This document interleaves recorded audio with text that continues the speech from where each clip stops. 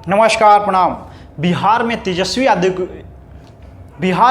यादव की पार्टी राष्ट्रीय जनता दल लगातार उनको राज्य के अगले नेता के तौर पे पेश कर रही है। तेजस्वी यादव ने जाति आधारित जनगणना और युवाओं को सरकारी नौकरी देने का हमेशा खुलकर समर्थन किया है। उनके उप मुख्यमंत्री रहते बिहार में इस दिशा में काम भी हुआ है। तेजस्वी यादव के नेतृत्व में साल 2020 के विधानसभा चुनाव में राष्ट्रीय जनता दल आरजेडी ने अच्छा प्रदर्शन किया था और सबसे बड़ी पार्टी बनकर उभरी थी। अगस्त 2022 में नीतीश कुमार के महागठबंधन में शामिल होने के बाद तेजस्वी यादव ने उनको अपना नेता मान लिया था। नीतीश और तेजस्वी की जोड़ी को बिहार में चुनावी गणित के लिहाज से अजय जोड़ी माना जा रहा था। इसमें कांग्रेस और वाम दलों का साथ होने से महागठबंधन का मुकाबला करना एनडीए के लिए आसान नहीं था, बहुत ज़्यादा मुश्किल था। अब नीतीश कुमार वापस एनडीए में शामिल हो गए हैं, यानी बिहार में चाचा भतीजे की जोड़ी टूट चुकी है। बिहार में महागठबंधन के लिए यह बड़ा झटका है। अब तेजस्वी यादव के सामने इसी साल होने वाले लोकसभा चुनाव और बिहार के अगले विधानसभा चुनाव की दो बड़ी चुनौती है। माना जाता है कि बार बार पाला बदलने की वजह से नीतीश कुमार की सियासी लोकप्रियता घट गई है, लेकिन क्या नीतीश के इस कदम से बिहार में तेजस्वी यादव का कद बढ़ा है? लेकिन तेजस्वी यादव ने एक नेता के तौर पे खुद को साबित तो किया है, लेकिन इससे उनका कद कितना बढ़ा है यह नहीं कहा जा सकता है। हाँ, एक बात जरूर कहा जा सकता है कि नीतीश और बीजेपी का कद घटा है और जाहिर तौर पे इसका फ़ायदा तेजस्वी यादव को हुआ है। साल 2020 के विधानसभा चुनाव में तेजस्वी यादव ने खुद को साबित कर दिया था, जब अकेले दम पर चुनाव लड़कर उन्होंने आरजेडी को 75 सीटों पे जीत दिलाई थी। उन चुनावों में बीजेपी को 74 और नीतीश की जेडीयू पार्टी को 43 सीटें मिली थी। उन चुनावों में नीतीश कुमार एनडीए में थे, लेकिन अगस्त 2022 में नीतीश की जनता दल यूनाइटेड बिहार में विपक्ष के महागठबंधन में शामिल हो गई थी। नीतीश कुमार उस समय दूसरी बार महागठबंधन का हिस्सा बने थे। नीतीश कुमार ने कहा था कि वो मरना पसंद करेंगे, लेकिन बीजेपी के साथ वापस जाना पसंद नहीं करेंगे। यही हाल बीजेपी का था।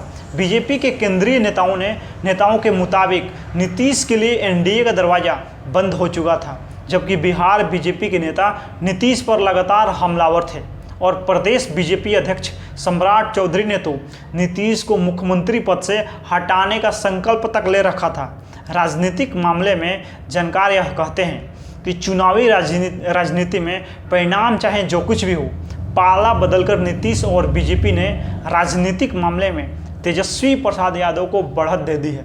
इससे तेजस्वी यादव का एक कद बढ़ गया है। मेरे अनुसार महागठबंधन की सरकार के दौरान तेजस्वी यादव ने बहुत मंझे हुए नेता की तरह व्यवहार किया था। उन्होंने अपने आप को बहुत लो प्रोफाइल रखा और ऐसा कोई बयान नहीं दिया जिससे नीतीश को कोई परेशानी हो। यानी माना जाता है कि राज्य सरकार में आरजेडी के कोटे से शिक्षा मंत्री बने चंद्रशेखर यादव और उनके विभाग के मुख्य सचिव के पाठक के बीच कभी सामंजस्य नहीं बना, लेकिन तेजस्वी यादव ने इस मुद्दे पे मुख्यमंत्री से कभी कोई मांग नहीं रखी। नीतीश कुमार के पाला बदलने से महज कुछ दिन पहले आरजेडी के कोटे के कुछ मंत्रियों के विभाग भी बदल दिए, लेकिन तेजस्वी यादव ने इसका कोई विरोध नहीं किया। नीतीश ने आरजेडी और कांग्रेस के कोटे से कुछ मंत्री की कुर्सी भी खाली ही रखी, लेकिन इस पर भी कोई विवाद सामने नहीं आया। तेजस्वी यादव का कद पहले से ज़्यादा बढ़ा है। तेजस्वी ने लालू की विरासत को संभाला और सांप्रदायिकता, बेरोजगारी और महंगाई जैसे मुद्दे को उठाया, जो राष्ट्रीय राजनीति के बहस का मुद्दा बना हुआ है। बिहार में अक्टूबर 2023 में जातिगत सर्वेक्षण के आंकड़े सार्वजनिक किए गए थे। इसका बड़ा श्रेय तेजस्वी प्रसाद यादव को भी दिया जाता है। दावा किया जाता है कि तेजस्वी यादव ने राज्य में जातिगत सर्वे कराने की मांग पर खूब जोर दिया था। बाद में इसके लिए नीतीश कुमार भी तैयार हो गए थे। बीजेपी ने भी बिहार में जातिगत जनगणना के प्रस्ताव का समर्थन किया था। बिहार विधानमंडल में इसके पक्ष में फरवरी 2019 और 2020 में भी एक प्रस्ताव पारित हुआ था। तब राज्य में बीजेपी भी नीतीश कुमार के साथ सरकार में शामिल थी। हालांकि बीजेपी को आमतौर पे ऐसे सर्वेक्षण का विरोधी माना जाता है और बीजेपी के कई नेताओं ने इसे बांटने वाली राजनीति भी कहा था।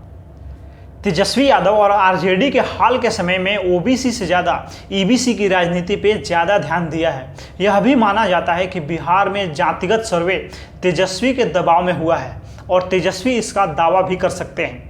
बिहार में जातिगत आंकड़े जारी होने के बाद विपक्ष के इंडिया गठबंधन ने इसे पूरे देश में कराने का मांग भी की है।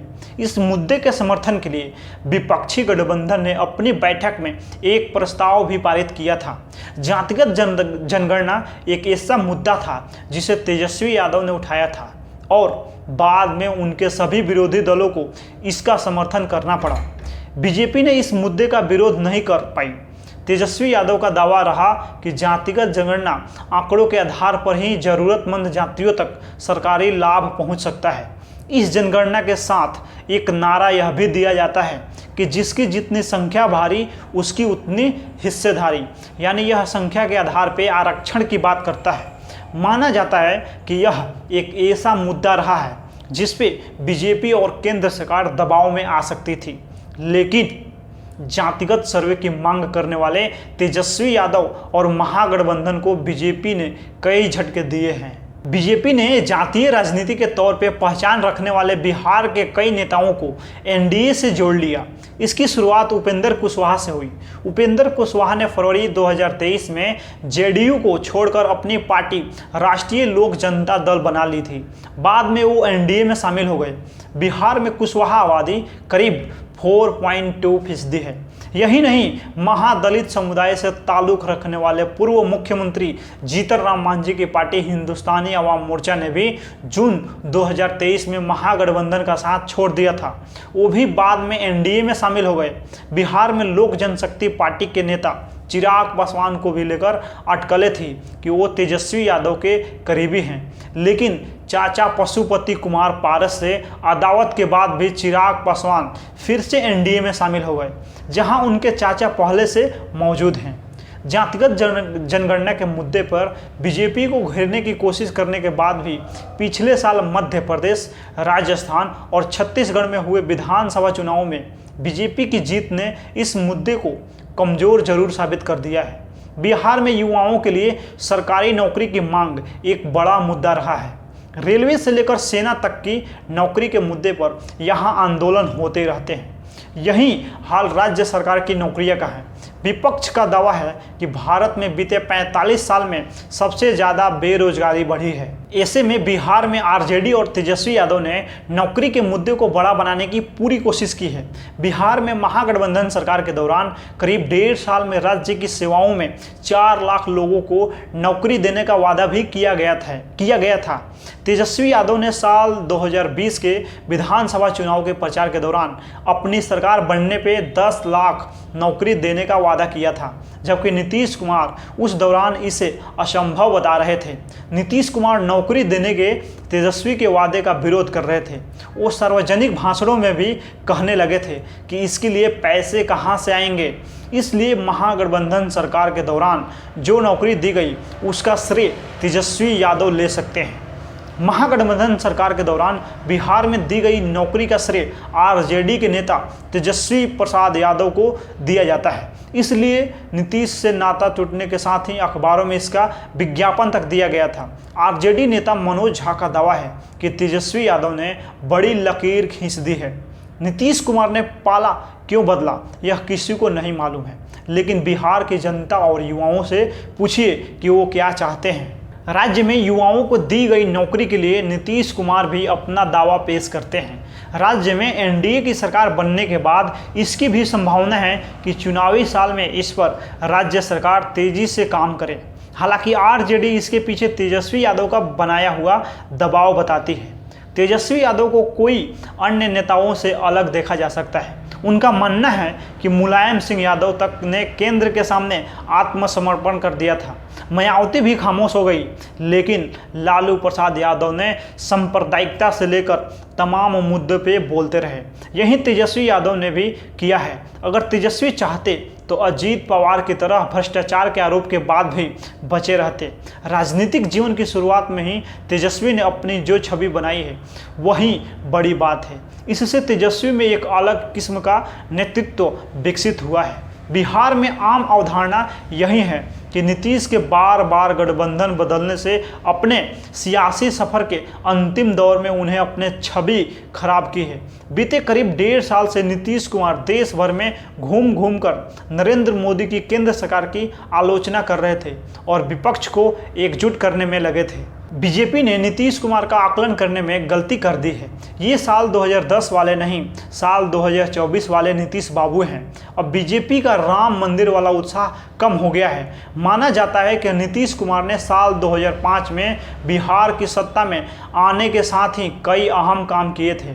खासकर बिहार में कानून और व्यवस्था के मुद्दे पर उनका विशेष ध्यान था।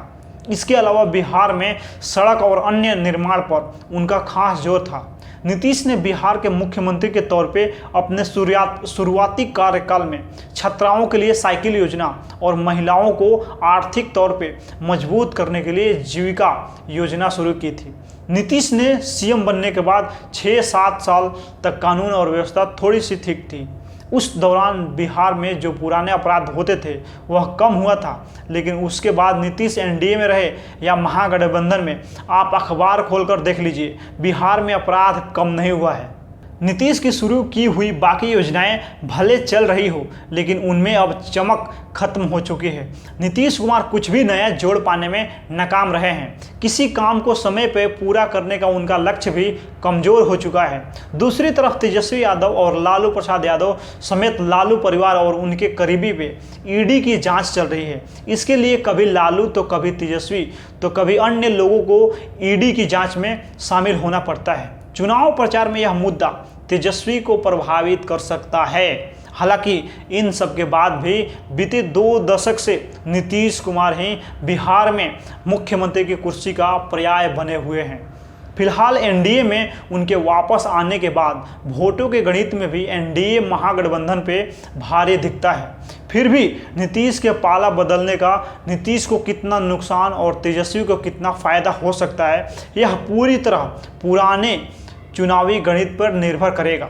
बिहार में कौन सा गठबंधन किस मुद्दे को जनता से जोड़ पाएगा, चुनाव परिणाम उस पर निर्भर करेंगे। इसके अलावा बीते करीब 20 साल से नीतीश कुमार ही बिहार की सत्ता पे राज कर रहे हैं। बाकी इस वीडियो में आप लोग अपना प्रतिक्रिया दे दीजिए। हम मिलते हैं अगला वीडियो में, तब तक के लिए धन्यवाद।